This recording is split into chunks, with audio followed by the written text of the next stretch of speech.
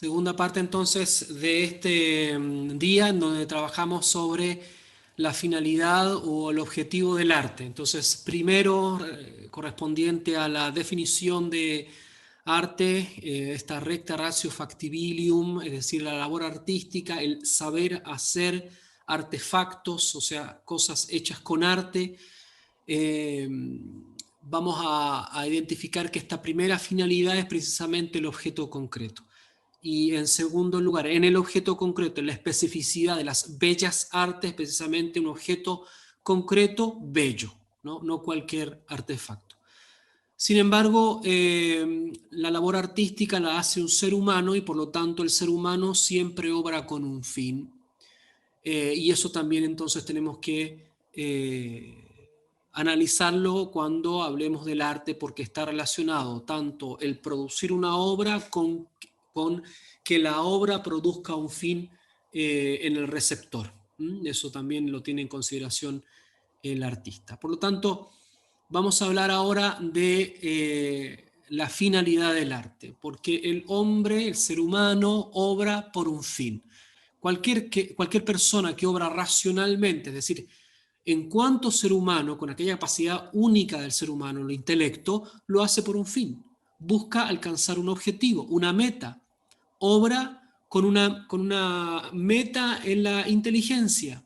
Con la mente se concibe lo que se llevará a cabo con la acción, es decir, se obra racionalmente.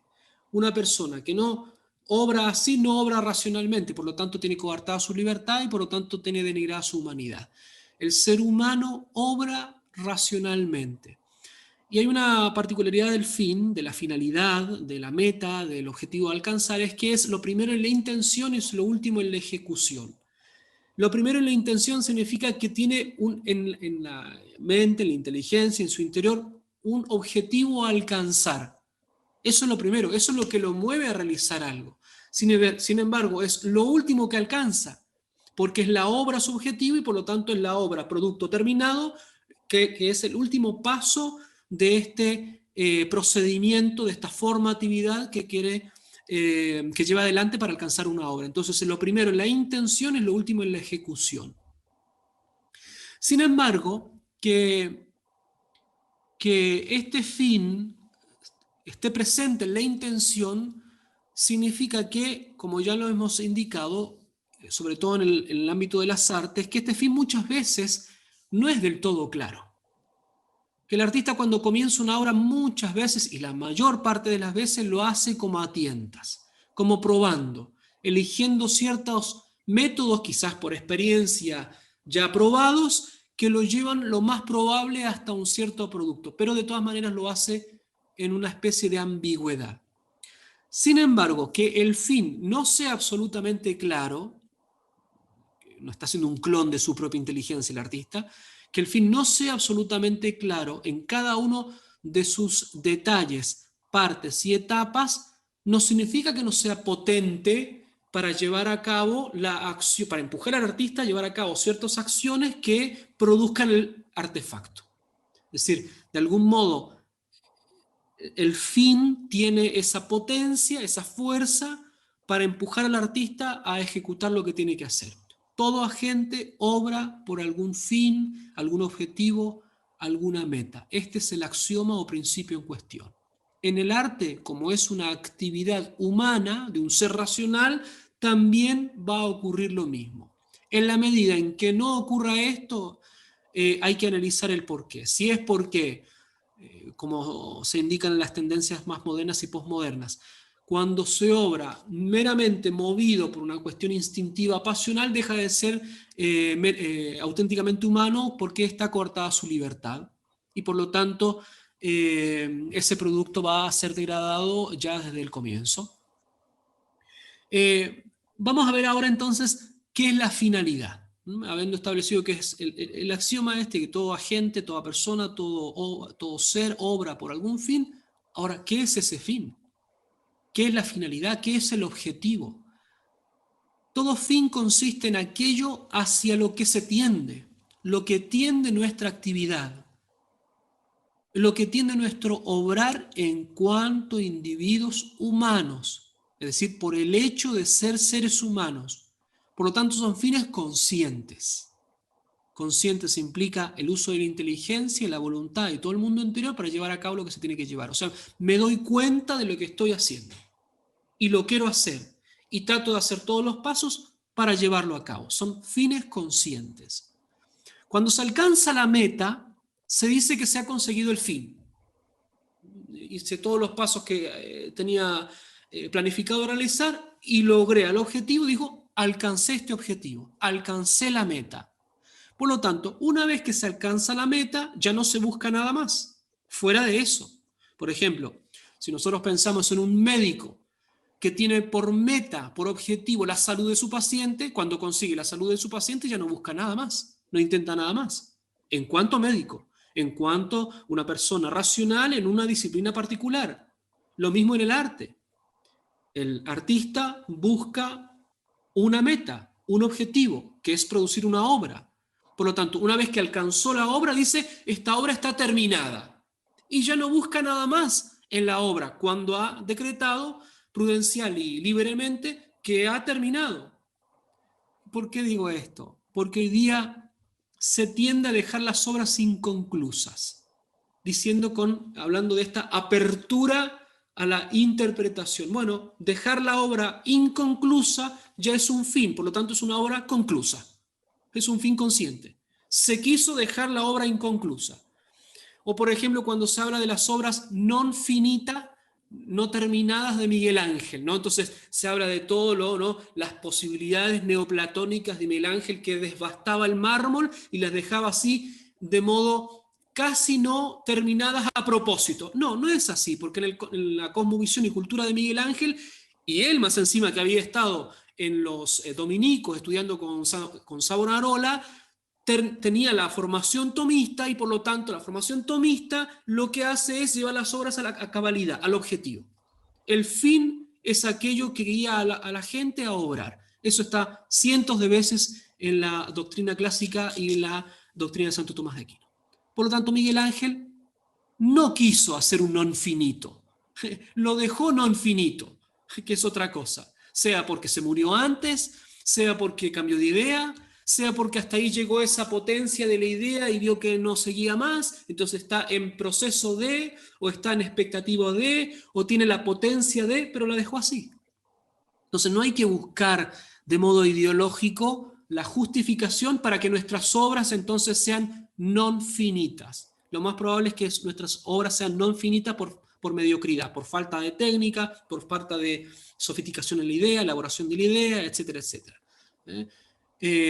Porque se nos ocurrió otra, entonces como los artistas hoy en día van fluctuando según el mercado, según la industria cultural, ¿no? La producción de obra, entonces claro, viene otro acreedor, otra posibilidad y siguen por esa línea. Bueno, las obras quedan no terminadas, no se alcanzó la meta.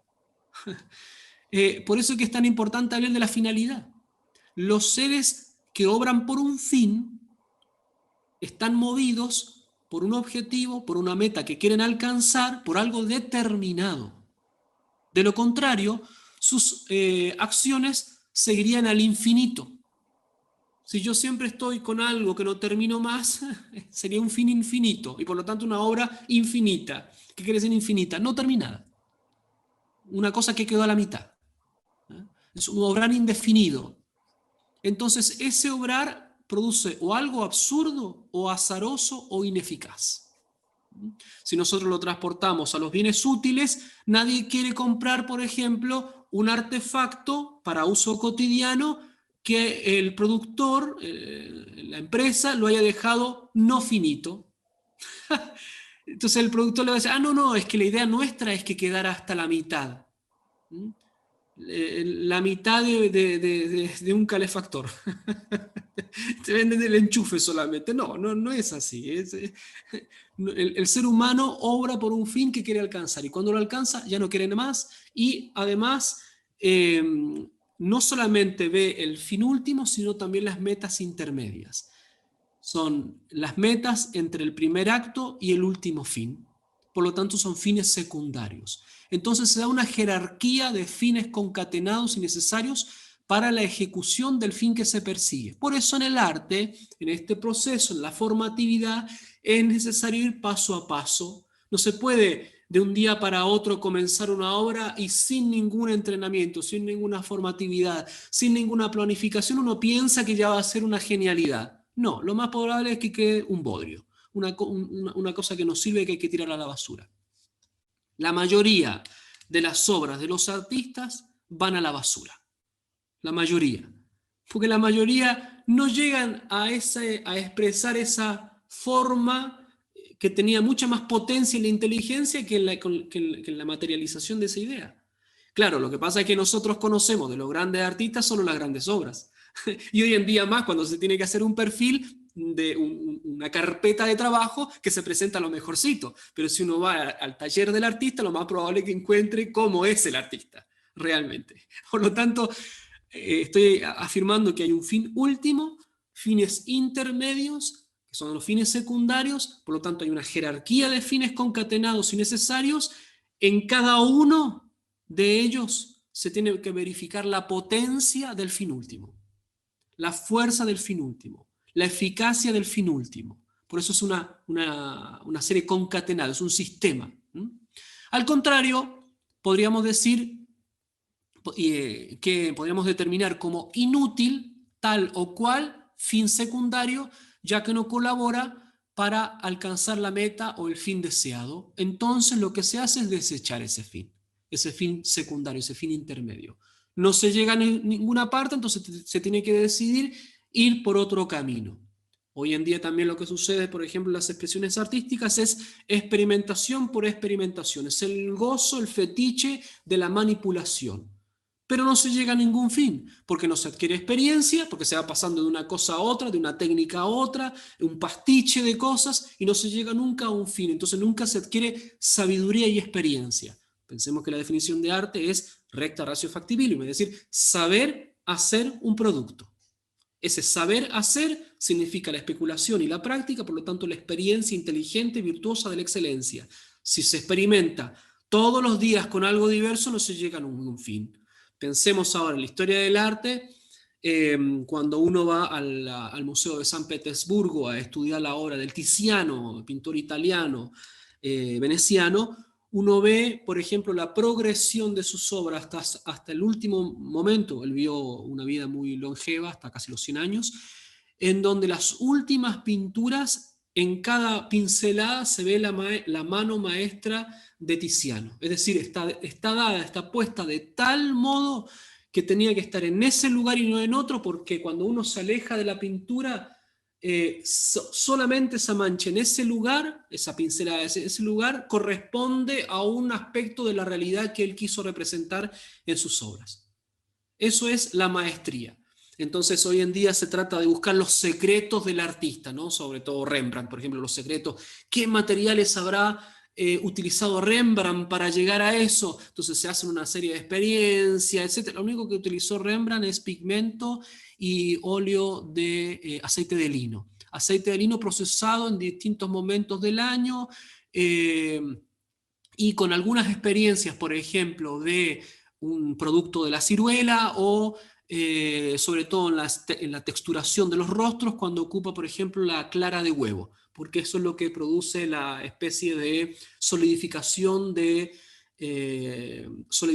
y oxidación molecular del pigmento con el aceite y la clara de huevo. Y eso es lo que produce esa como especie de textura de los rostros que son casi para tocarlos, los rostros de Rembrandt, ¿no? ¿Por qué llegó a una cosa así? Porque repitió tanto el proceso, tanto era maestro de los fines secundarios, que podía alcanzar el fin último en sus obras maestras. Y desechaba todo lo que no correspondía a lo que quería hacer. Podríamos entonces establecer que existe el defecto en el obrar por un fin cuando falla en aquello a lo que está ordenado. Es decir, si no está ordenado a ese fin o no contribuye a ese fin, no sirve y hay que desecharlo. Por ejemplo, falla un ingeniero cuando se le cae el puente después de haberlo terminado conscientemente. Falla el escritor que termina un libro que es deficiente en alguno de los elementos constitutivos, en el lenguaje, la gramática, contenido, forma, etc. Falla el músico cuando en la interpretación de una obra hay una nota desafinada, por ejemplo, o cuando va de una parte a otra sin concatenación entre ellas, o sea, sin proporción, sin relación entre las partes entre sí, de estas con el todo, etcétera, etcétera, etcétera. El fin de la obra de arte, como obra humana, entonces, es establecerlo, es de capital importancia, porque se tiene que tender a un fin, es un objetivo a concretizar. Cuando hablamos del arte hay que ver cuál es el fin del arte. Dijimos, ni la definición de arte es expresión, ni el fin del arte es expresarse, porque ahora me estoy expresando y no estoy haciendo arte. ¿Mm? Por lo tanto, es otra la finalidad. La primera finalidad intrínseca es la realización de la obra. Eso es su objetivo, hacer una obra, producir un ente que no existía y ahora existe. Existía solamente en sus materiales, en su materia segunda se dice, ¿no? En esos materiales que contribuyen a la configuración entitativa y significativa de una nueva realidad. Pero eso no existía antes. Existían los pigmentos, existían los materiales disgregados, pero no existía el cuadro. Existía la piedra, pero no existía la transverberación de Bernini, etcétera, etcétera, etcétera. Existen los sonidos, pero no existía nadie que los había puesto en un sistema de medición y de composición para poderlos organizar armónicamente y melódicamente para que significaran algo, por ejemplo, ¿no? Fíjense que si se tiene claro el fin, se tienen claros los fines secundarios y los medios. En eso se falla hoy.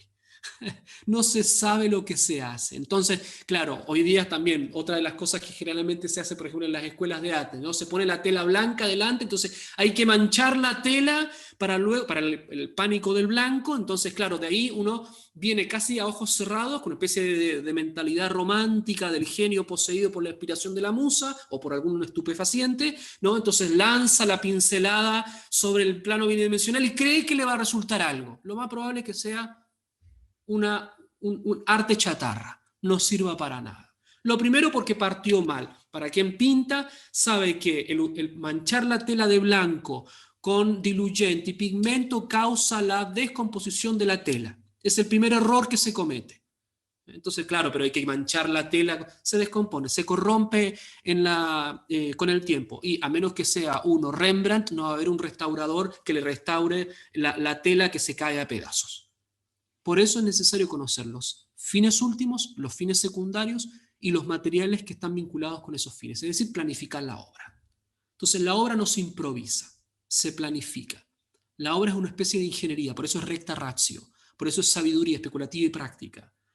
Los sentimientos en la obra solamente dijimos que eran motor para poner los pasos necesarios correspondientes para llegar a la obra.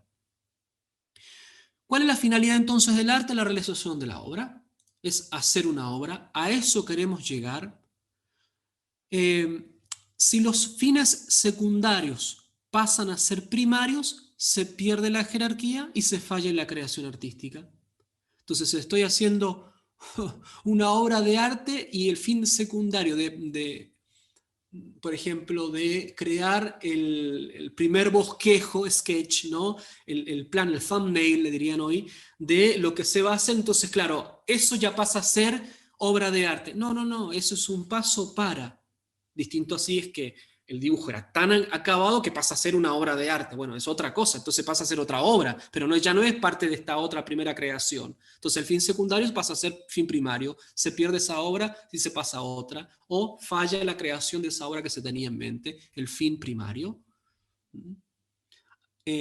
Por lo tanto, es importante la planificación en la obra de arte, en esta parte de ingeniería de la obra, que hay veces que se hace mucho más acabada que otras veces, hay veces que solamente ya le dicen hoy día el workflow, ¿no? el flujo de trabajo, ¿no? Que uno ya tiene por la experiencia, entonces ya sabe los pasos que más o menos se tiene que dar.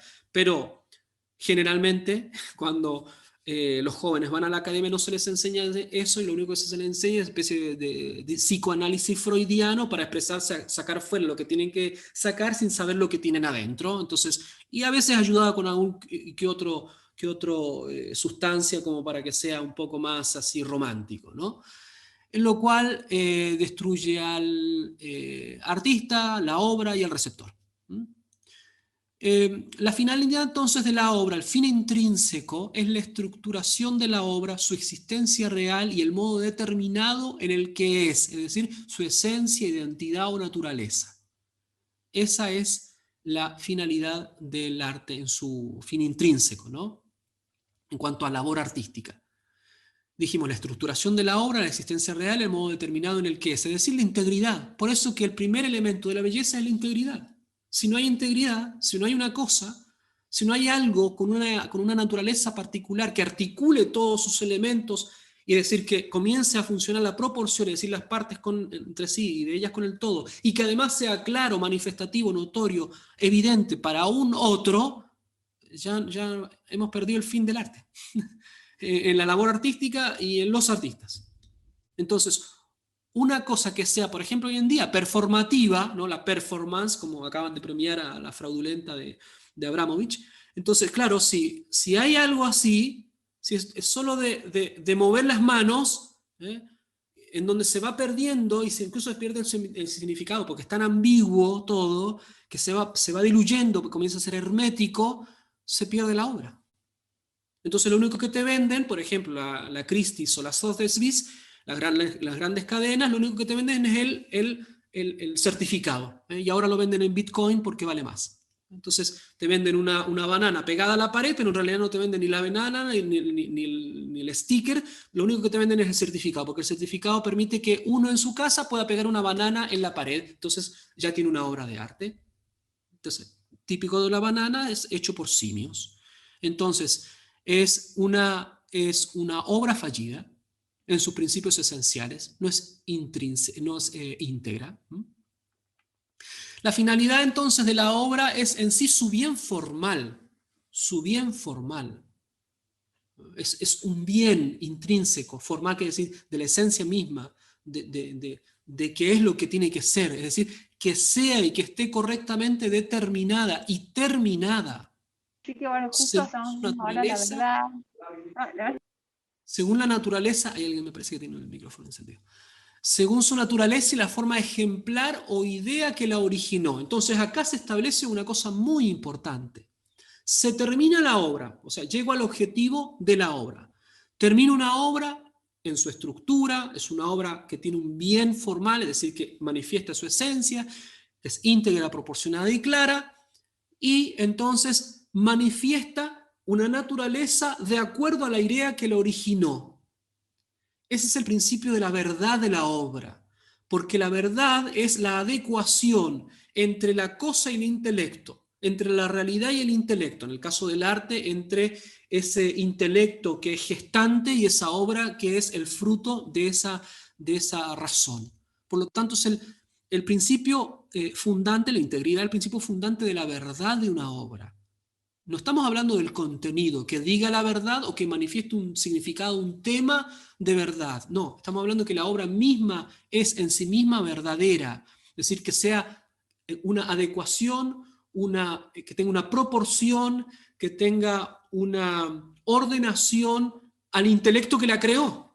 Pero si el intelecto se mueve, si el artista en su intelecto, en su imaginación, en su memoria, en su mundo entero, se mueve automáticamente, instintivamente, no hay modo de que haya adecuación, que haya una correspondencia entre la obra y el intelecto, porque no nació del intelecto, sino nació de la mera expresividad. Por lo tanto, no hay modo de verificar la verdad de la obra. Entonces, de esto depende de que ella sea una presentación sensible del espíritu humano, una encarnación del mundo interior del artista ofrecido a otro ser humano. Es decir, que hay una proporción racional en sí misma y una proporción de la obra con un posible receptor. Y por lo tanto se queda una relación de verdad. Es decir, que funda la verdad. Este objeto humano se da o es nítido, y por ahí viene la claridad, cuando se ofrece al ser humano de modo que el ser humano pueda, en cuanto ser humano, aprehenderlo. Es decir, con todo su mundo interior. Es decir, que cada una de las partes del objeto se relacionan con las facultades propias del ser humano. En en los pasos que tiene que dar el artista, se va verificando poco a poco la encarnación de esa obra. Por eso capaz que en esta ilustración es un poco más evidente. A partir de un pequeño dibujo, va encarnándose, en este caso, un retrato de una persona. Entonces, paso a paso, el artista va tomando las decisiones del caso, los fines secundarios, para acabar una obra que es el fin último. Y esa obra, además, tiene una serie de condiciones que se relacionan con la persona desde el mismo inicio.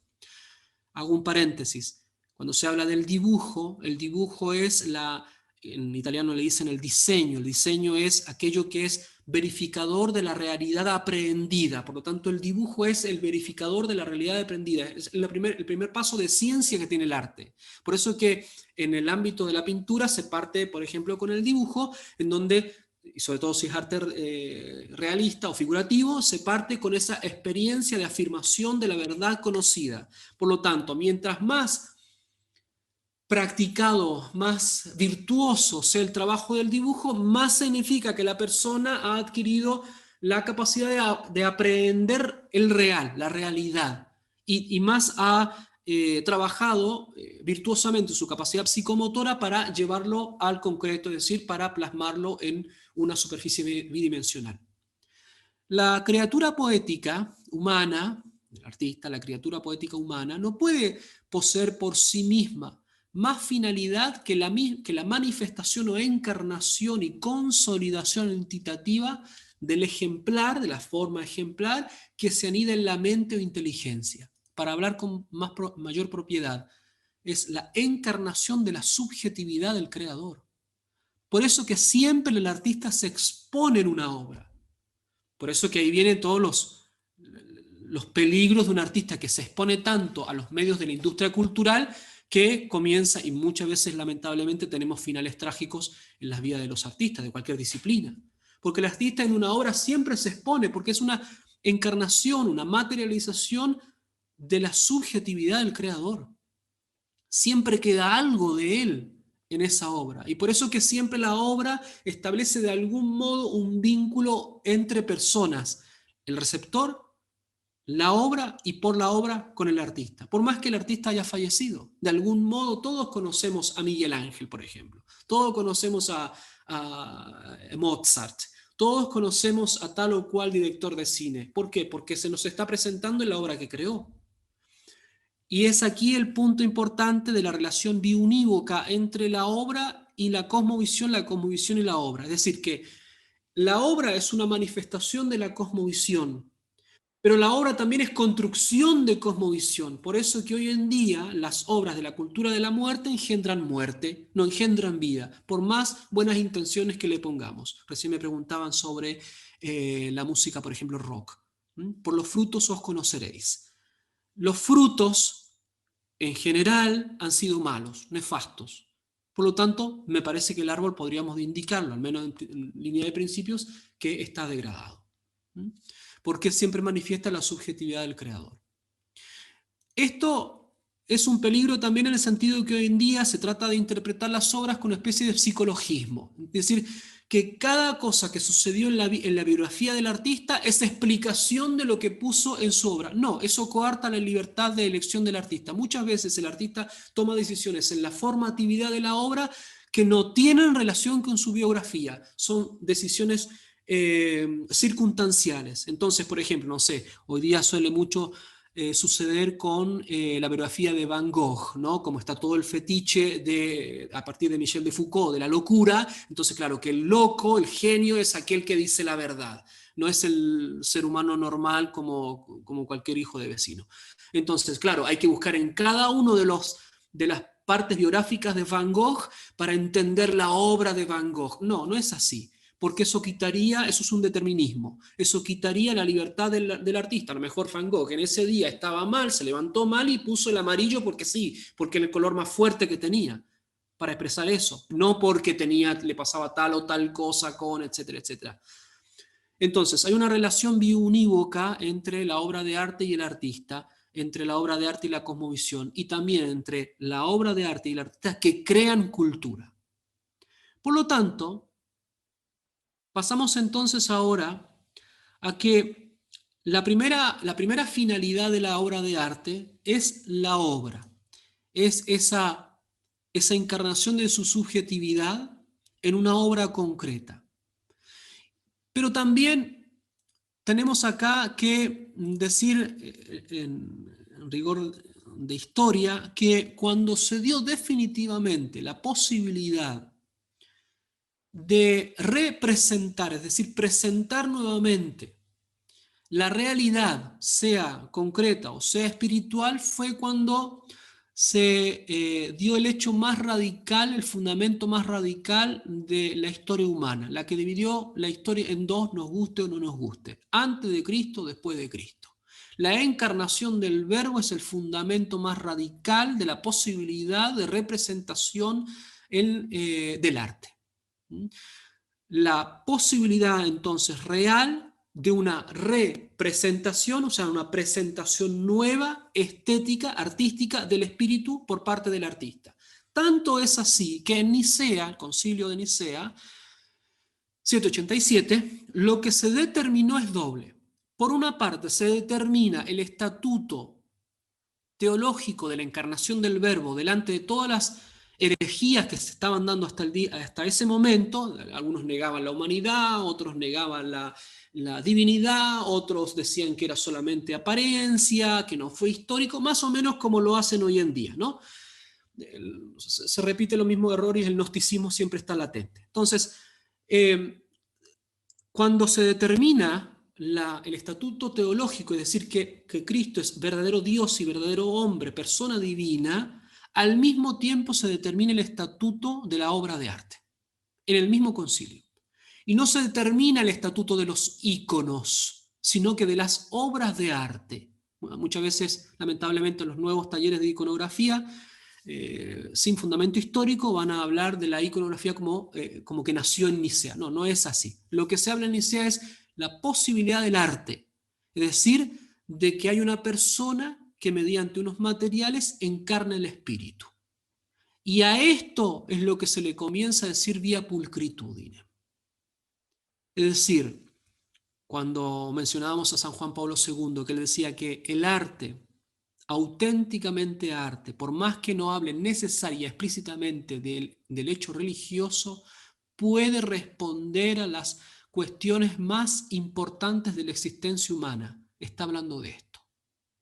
En otras palabras, el fin del arte es la obra que es encarnación de espíritus, de una subjetividad. Mientras más auténtico sea ese espíritu y más auténtica esa obra, más vía, más camino, más guía, más nos ayuda a educarnos, educere, ¿no? Sacar de nosotros las posibilidades para encaminarnos hacia una trascendencia. Por lo tanto, más bien nos hace.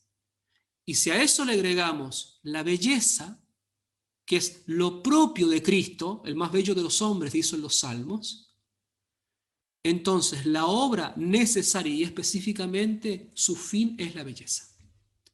Ya lo venían hablando los griegos, el mundo antiguo, los persas, los egipcios, incluso los extremos orientales, ya venían hablando de que hay un algo místico en la obra de arte que conecta mundos. Ahora, con la encarnación del Verbo, se hace explícito. La belleza se encarnó.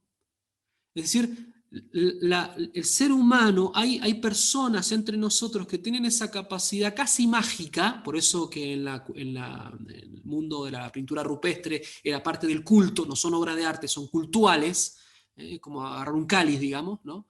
Entonces, de algún modo tenían otro estatuto. Eran aquellos que se conectaban con. ¿Por qué? Porque uno en mundos, porque uno en lo material con lo inmaterial, porque tiene la capacidad casi mágica, y insisto, casi, porque son metáforas lo que estoy diciendo, de encarnar los espíritus, de encarnar, por ejemplo, la imagen de un bisonte, casi como si el bisonte estuviera vivo en la caverna, para después irse de casa y de algún modo ya estar conectado, relacionado con ese bisonte encarnado en la pintura. Lo mismo lo hacen los artistas en cualquiera de sus obras. Entonces, una vez establecido el fin de la obra, es decir, su bien ontológico, que la cosa sea íntegra, que exista, sea de tal o cual modo, podemos afirmar que el primer fin del artista es la configuración pulquérrima de la obra, es decir, que la obra sea bella. Ese es el fin específico de la obra. Es el coronamiento que ya partió en su fin, por eso hablamos de la intención. La intención del artista es crear una cosa que se comunique a todo nivel con el ser humano. Eso es precisamente lo que causa un efecto que nosotros determinamos como belleza. Id quod visum placet. Entonces, por más ideología que el artista tenga en su cabeza, cuando crea algo que relaciona mundos, lo que está haciendo es crear belleza. Y más aún si lo hace conscientemente o si tiene esa obra de arte, tiene las tres características o propiedades objetivas de la cosa. La razón del arte, la razón de ser del arte es lo bello. Y no hay que tener miedo de decirlo. La razón de ser del arte es la belleza.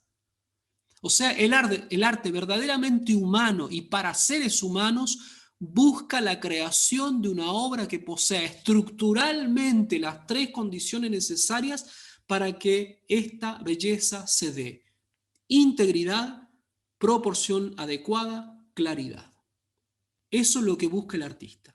Si esa obra, insisto, no tiene esas cualidades, o en la proporción que se den, o en la degradación de una de ellas, la obra saldrá con esas características. O degradada, o menos bella, o ambigua, o confusa, o no se relaciona con el ser humano. Por lo tanto, es una obra degradada. La finalidad entonces del artista, potente del arte, porque el artista es la causa del objeto mediante la labor artística, recta ratio factibilium, es crear un ente que tenga fuerza estética, o sea, y acá estética estamos hablando de belleza, fuerza de belleza, no estética en el sentido de los sentidos, de la percepción, porque todos hacemos cosas que se perciben. Digamos, hago un gesto y me están viendo, eso, están percibiendo, no están teniendo una experiencia estética con esta conferencia, ¿no? Cuando dice fuerza estética, fuerza de belleza, quiere decir mediante la cual se atraiga al alma y que el alma experimente un gozo que la haga crecer. Por eso la responsabilidad grave del artista cuando hace una obra, si hace una obra que hace crecer al otro, crea cultura. Cuando hace una obra que degrada al otro, lo que produce entonces es la corrupción de la cultura. Es grave la responsabilidad del artista. Por eso que era de las ciencias más importantes, lo dijimos, las ciencias del espíritu, filosofía, teología y arte. Hoy en día, en cambio, las ciencias más importantes son las ciencias que tienen que ver con la materia.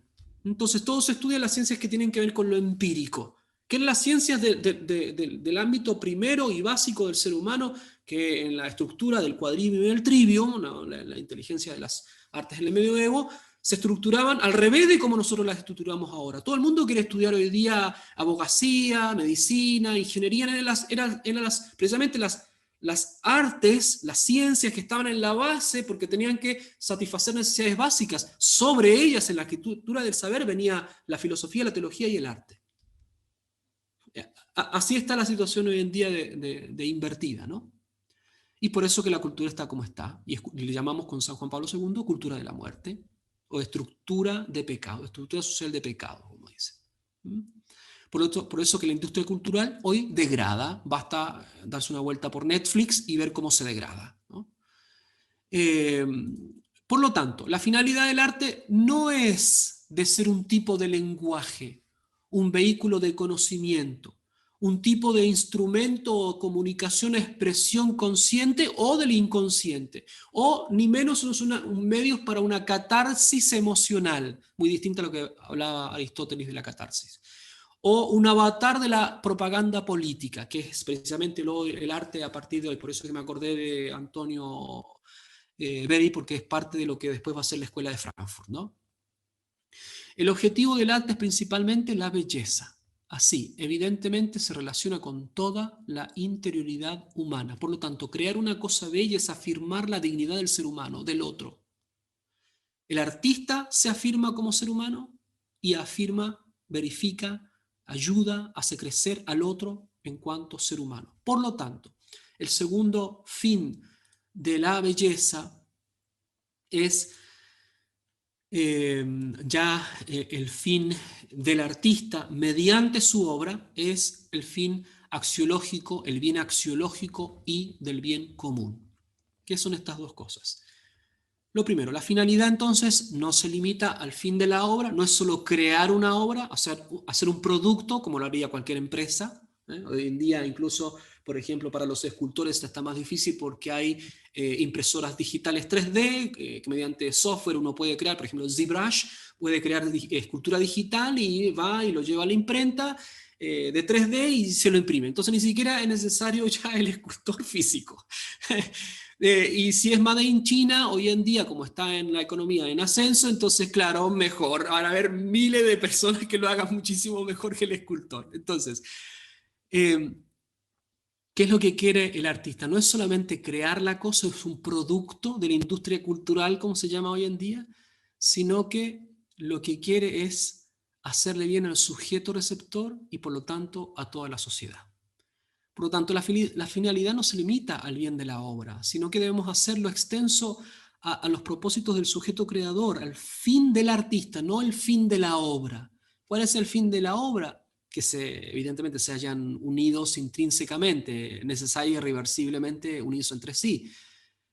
El fin de la obra entonces es el crecimiento axiológico del individuo, el crecimiento valórico del individuo, el crecimiento moral del individuo, eleva su dignidad y su humanidad.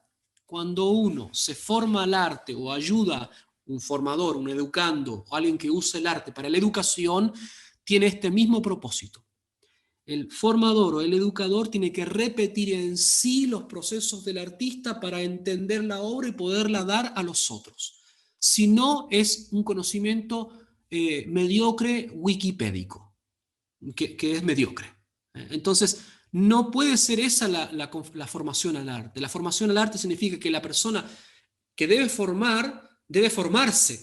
Es decir, que debe profundizar en esa obra y adquirir el crecimiento axiológico él mismo, elevarse en su dignidad, en su humanidad, y así entonces ser un vehículo, un instrumento capaz de hacer a otros gustar de el arte, en el sentido de aprenderlo, de gozar con él, de hacerse bien con él. El crecimiento axiológico de la persona causa el crecimiento ético, moral, de la dignidad de toda la sociedad.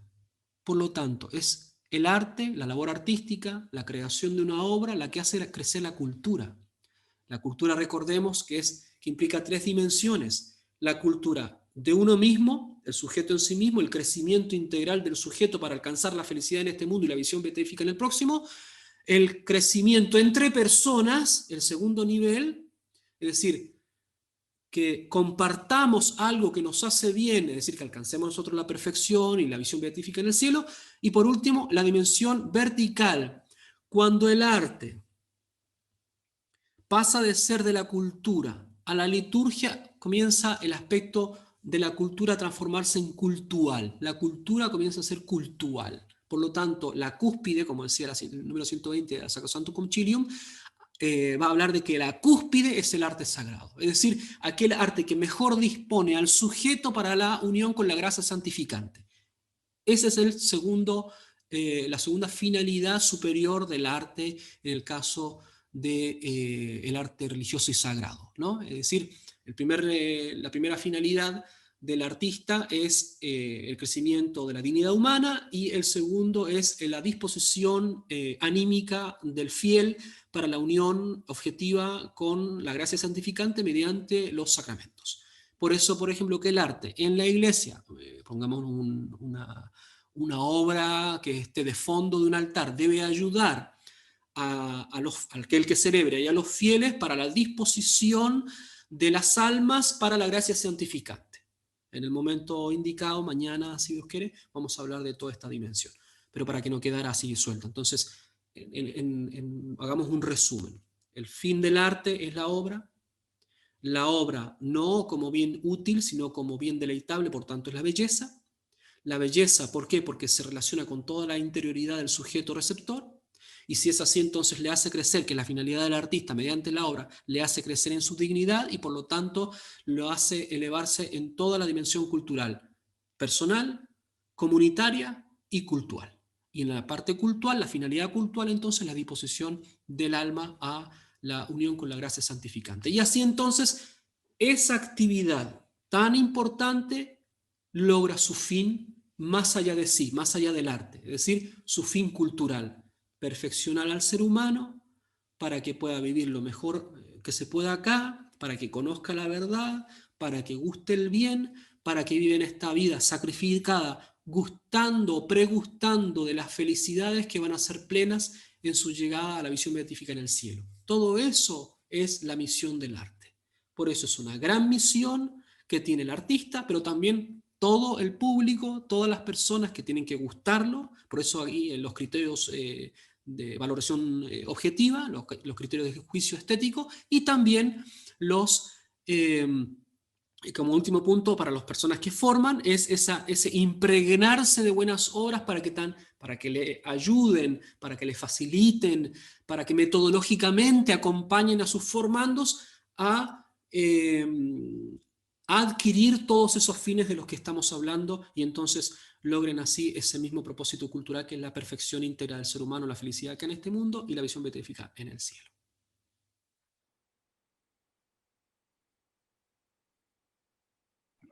Bueno, padre, muchísimas gracias, muchísimas gracias.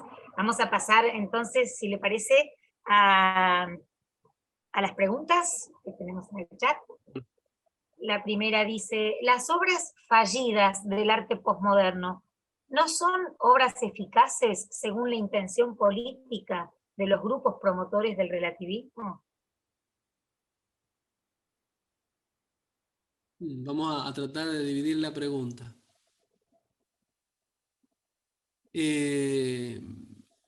Si son eficaces, son muy eficaces. O sea, después del año 68, el arte es de gestión política y basta ver que hay un color que significa todo un movimiento de la cultura de la muerte, que es el verde. Es un color propio de una dimensión de pigmentación del arte, un color. Un puño elevado hoy día significa la vuelta a las revoluciones sangrientas ya probadas que nos sirven en la historia de la humanidad. Es propaganda política. Si son eficaces, son súper eficaces. Y han sido poseídas por la cultura de la muerte, por la maquinaria ideológica, de tal modo que la otra parte del panorama se quedó en la parte económica y liberal y toda esta otra maquinaria lo poseyó de tal modo que creó una cultura tan potente que es la que nos mueve hoy en día y de la que casi no podemos salir. Entonces, si ha sido eficaz, ha sido absolutamente eficaz. Lo que pasa es que usa todos los atributos del arte clásico, los trata no se puede escapar de las coordenadas objetivas, pero con toda esta, como digo, maquinaria ideológica posmoderna, líquida, híbrida, maleable, de la cultura de la muerte.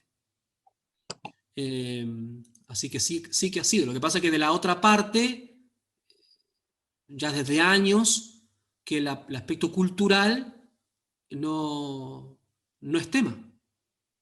Y esa es la gran batalla que hemos perdido. Basta analizar las obras, leer por ejemplo, las cartas de la cárcel de Antonio Gramsci o de Alinsky, los libros de Alinsky en Estados Unidos, para darse cuenta del objetivo de lo que se quería de la cultura de la muerte, o los textos, por ejemplo, de Horkheimer y Adorno de la Escuela de Frankfurt, o el mismo Marcuse, o todos los ideólogos de lo que nosotros sufrimos hoy en día, que se han precisamente apoderado con todo lo que viene hasta el día de hoy, ¿no?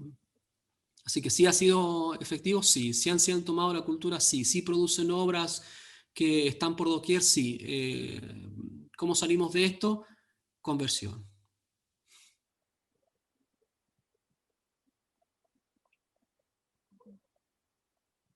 Bien, muchas gracias, padre. Bien, siguiente pregunta. Dice, la escultura se desarrolló al óreo del Mediterráneo. La música tuvo un gran desarrollo también en los países protestantes. ¿Tuvo que ver en eso la prohibición de imágenes en las iglesias protestantes?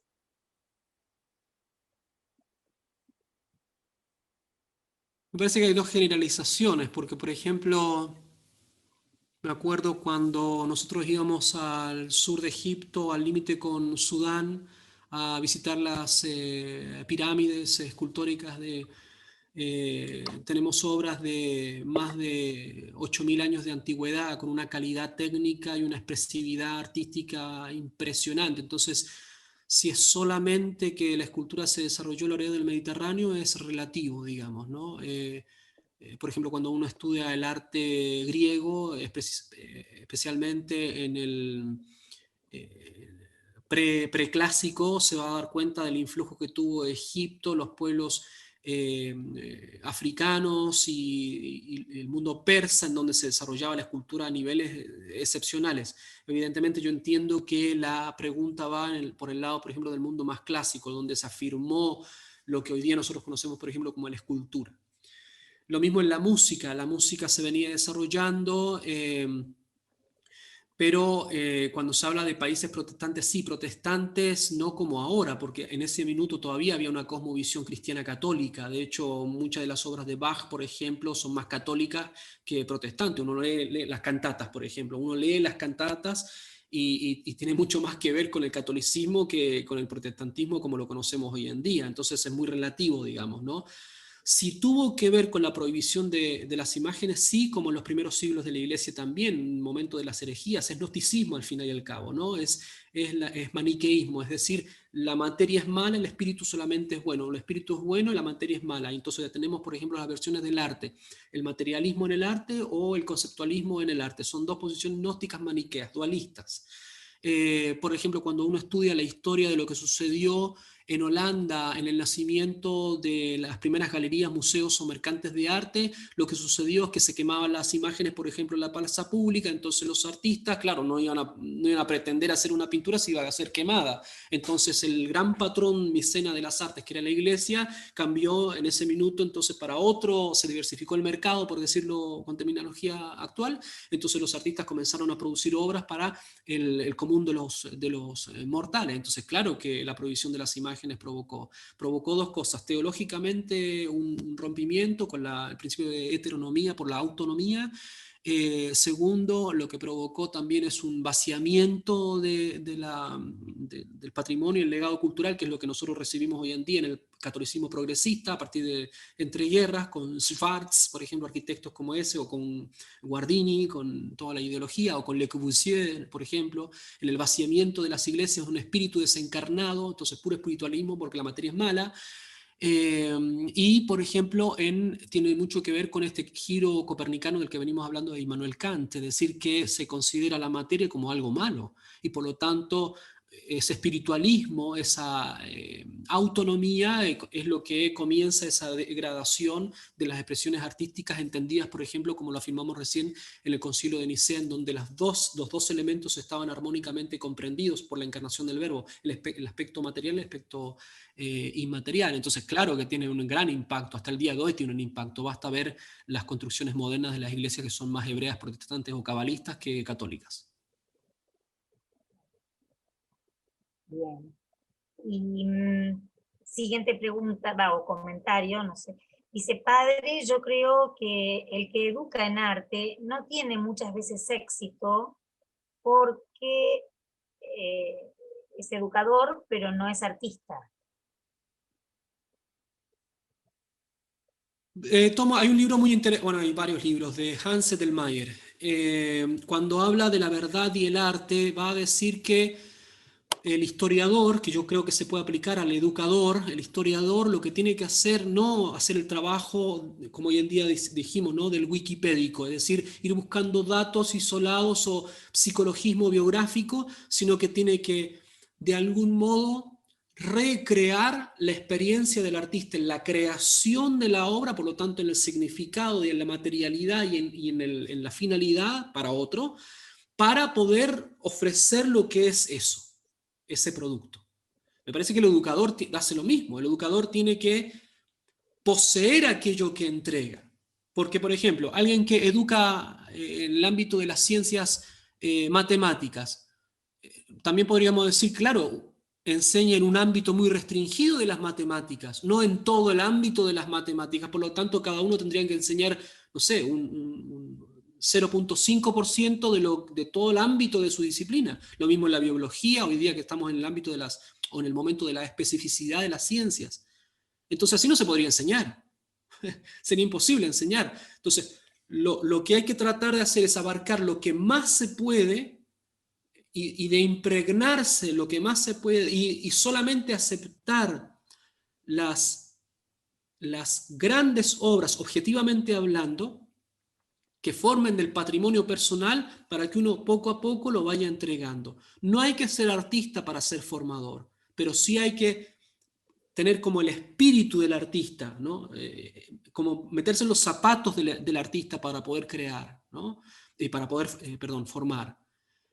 Porque si no, las profesiones serían intransferibles. Es una falacia. Y no existiría la educación. No habría. También otra falacia que dicen, que sé yo, por ejemplo, nosotros los curas, ¿no? Claro, es que como no está casado no entiende el matrimonio. Entonces, claro, me tengo que drogar para enseñar que la droga es mala. O me tengo que suicidar para enseñar que la cultura de la muerte provoca serias consecuencias en la salud, con el suicidio y la eutanasia. No es así. Si no, la educación no sería posible. Entonces, por una parte, sí, claro que hay una diferencia entre ser artista y ser formador, porque cada uno tiene su especificidad, pero no son vasos totalmente incomunicables. Hay un cierto grado de incomunicabilidad porque somos personas, cada uno individual, que no podemos comunicar todo lo que es nuestro mundo interior. Ya partimos de eso, pero sí podemos comunicar al menos lo que podemos comunicar. Entonces, claro que hay que formarse uno en el arte. Y, a ver, último, tenemos una vida. La fábula y la falacia de la encarnación, de la reencarnación no existe, son patrañas, ¿no? Una burda mentira. Tenemos una sola vida. No hay que perder tiempo en cosas que no valen la pena. Hay que volver a lo esencial en tiempos en donde hay mucha crisis. Por lo tanto, hay que formarse con lo que es probado que hace bien. Pero dije ayer, el arte es arduo, el arte es difícil, porque es meterse en microcosmos, en universos, y muchas veces de cosas que son muy difíciles, porque es meterse en el espíritu de otro, en los zapatos de otro. Por eso el trabajo de la interpretación, la exégesis de la imagen, la iconología es un trabajo muy arduo, sobre todo que hoy día, más que nunca, se aplica la frase de San Gregorio Magno, Biblia pauperum. Hoy día somos los pauperum, no en aquel momento. Cuando San Gregorio Magno acuña esa frase, Biblia pauperum, está hablando no de la gente que era idiota, era de la gente que no sabía escribir y leer nomás, pero entendía todo lo que estaba representado ahí, muchísimo mejor que nosotros. Hoy día somos pauperum cuando uno va a cualquier museo de arte clásico, a cualquier museo de arte contemporáneo, cuando escucha una música, no tenemos idea de los mundos que están representados ahí. Hoy día somos los pauperos, los ignorantes. Por lo tanto, hay que formarse con todo lo que esto significa, con amor a esta dimensión tan profunda del ser humano. Les dije yo ayer al inicio, no quiero hacer un monólogo de esto, perdón. Una de las cosas que durante la guerra nosotros comenzamos a realizar es a preocuparnos por el arte, porque era la única vía de aún estar conectado con la humanidad cuando veíamos cosas realmente terribles. Terribles. En la guerra se ven cosas absolutamente terribles. El arte era lo único que nos permitía aún tener los pies sobre la tierra y los ojos fijos en nuestro Señor Jesucristo. Por lo tanto, en ese tiempo estamos ahora. Y eso así de grave es el volver a las cosas esenciales, y el arte es una de ellas. quizás como dice Dostoyevsky, citado por San Juan Pablo II, lo único que nos puede salvar ahora.